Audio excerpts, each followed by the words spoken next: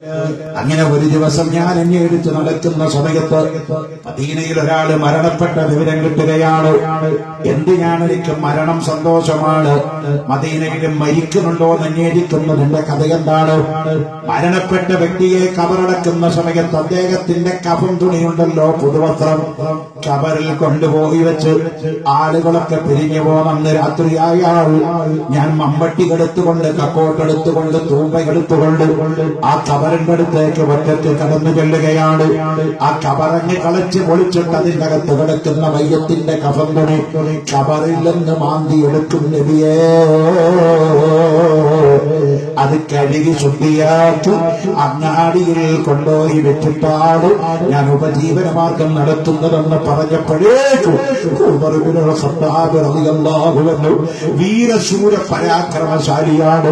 അവിടെ എഴുന്നേറ്റ് പറഞ്ഞു, യാ റസൂലല്ലാഹ്, അവന്റെ കഴുത്ത് വെട്ടണം നബിയേ.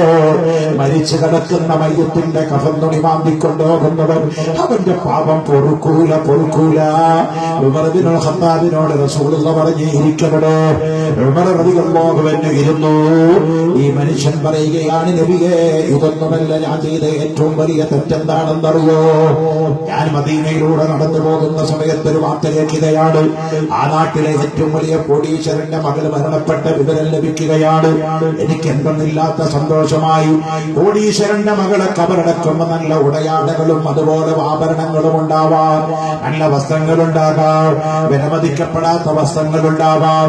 അതുകൊണ്ട് ഈ വിറ്റ കുറച്ചു കാലം സുഖമായി ജീവിക്കാമല്ലോ. ഞാൻ ആ പറഞ്ഞ പോലെ മയ്യത്ത് കബറടക്കപ്പെട്ട സ്ഥലത്ത് രാത്രിയെത്തി എന്റെ കയ്യിലുള്ള തൂമ്പ കൊണ്ട്, കൈക്കോട്ട് കൊണ്ട് കബറ് തുറക്കുകയാണ്. മോടുകളിൽ തുറന്നു വെക്കുകയാണ്. ശരീരത്തിലുള്ള വസ്ത്രങ്ങൾ ഇങ്ങനെ അഴിച്ചടിച്ചടിച്ചെടുക്കുകയാണ്. അവസാനം ഞാൻ എന്റെ കയ്യിലുള്ള ലൈറ്റ് കൊണ്ട് കബറിലേക്ക് അടിച്ചു നോക്കുമ്പോ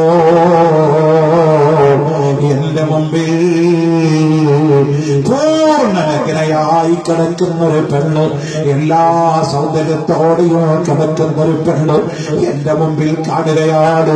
പെട്ടെന്ന് എന്റെ തലയിൽ ആരോ പറയുകയാണ്, എടോ മനുഷ്യ, നിന്റെ ജീവിതത്തിൽ ഇത്രയും നല്ല സുന്ദരിയായ ഒരു പെണ്ണിന് ജീവിതത്തിൽ കാണാൻ പറ്റിയിട്ടുണ്ടോ? അതുകൊണ്ട് നിന്റെ വികാരം ഈ മയ്യത്തിൽ ലയിപ്പിക്കണോ? നബിതങ്ങളോ, ഞാൻ ആ കബറിൽ കിടക്കുന്ന പെണ്ണിന്റെ ഡെഡ് ബോഡി എടുത്ത് പുറത്തു വെച്ചിട്ട് ചത്തു കിടക്കുന്ന, മരിച്ചു കിടക്കുന്ന പെണ്ണിനെ ഞാൻ പുറത്തു കൊണ്ടുവന്ന് മാനഭംഗപ്പെടുത്തി ലൈംഗിക ബന്ധത്തിൽ ഏർപ്പെടുകയാണ്. അപ്പോഴാണ് ആ മയ്യത്ത് പറയാണ്, എടാ ദുഷ്ട, പടച്ചറബിന്റെ കോടതിയിലേക്ക് എന്നൊരു വ്യഭിചാരിണിയായി പറഞ്ഞയക്കാനാണടാ നീ തയ്യാറായതോ എന്നും മയ്യത്ത് വിളിച്ചു പറഞ്ഞു. നബിയേ, ഈ ശബ്ദം കേട്ടപ്പോ ആ മയ്യത്തിനടുത്ത് കബറിലേക്ക് വലിച്ചെറിഞ്ഞിട്ട് അത് മണ്ണിട്ട് മൂടിയിട്ട് ഞാൻ അവിടുത്തെ ഹദറത്തിലേക്ക് ഓടി വന്നതാണ്. ഈ പാവന്നവർക്ക് ഒരുമിയോ പറവിനോ ഖത്താബിന് ദേഷ്യം വരികയാണ്. ആളുങ്ങോ ഊരിയെടുക്കുകയാണ്, കൊല്ലാൻ വേണ്ടി മുതിരുകയാണ്. അള്ളാന്റെ റസൂല് പറയുകയാണ്, പൊറുക്കും മോനെ,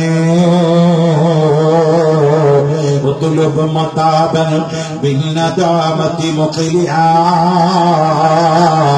വബിഅദിമി തർക്കിൽ ദംബി ഫീമാ ഇസ്തഖ്ബലാ.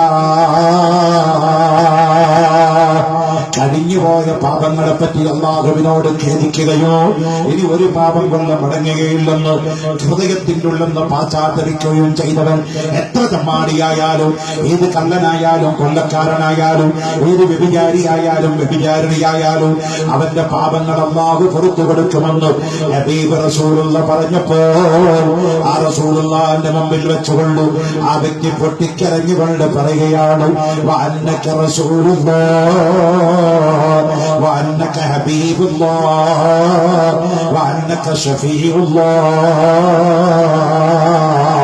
നമ്മൾ ഇത്രയും ക്രൂരത ചെയ്തവർ നമ്മുടെ കൂട്ടത്തിലുണ്ടാവില്ല.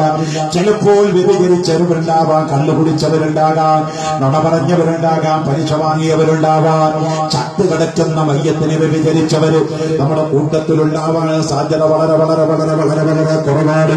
അല്ലാഹു മാപ്പ് തരുന്നവനാണ്, ഗഫൂറുർ റഹീമാണ്. നമുക്ക് കൂട്ടമായി പ്രാർത്ഥിക്കാം, അല്ലാഹുവിനോട് തുറന്നു പറയാം, നമ്മുടെ മനസ്സിന്റെ ഉള്ളിൽ നിന്നുള്ളത് തുറന്നു പറയാം, ഏറ്റു പറയാം.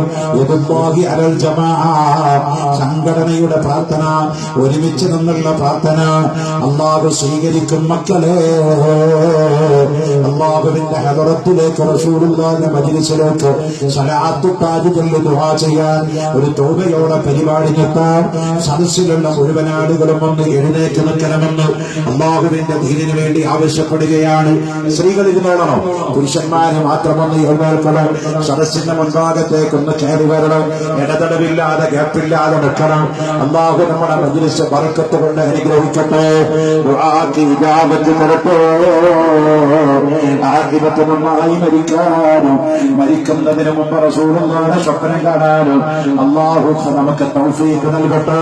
ഇവിടെ ഒരുമിച്ച് കൂടിയ മുതഅല്ലിമീങ്ങളുടെ, ആലിമീങ്ങളുടെ, സാദാത്യങ്ങളുടെ, ഉലമാക്കളുടെ, മഹാന്മാരുടെ, മഹത്തുക്കളുടെ, മഹദികളുടെ ബർക്കത്ത് കൊണ്ട്, റമദാനിന്റെ ബർക്കത്ത് കൊണ്ട്, സ്വലാത്തു താജിന്റെ ബർക്കത്ത് കൊണ്ട്, സദഖയുടെ ബർക്കത്ത് കൊണ്ട്, ദാനധർമ്മത്തിന്റെ ബർക്കത്ത് കൊണ്ട്, റമദാനിന്റെ ബർക്കത്ത് കൊണ്ട്, നോമ്പിന്റെ ബർക്കത്ത് കൊണ്ട് അല്ലാഹു നമ്മുടെ ദുആ സ്വീകരിക്കട്ടെ.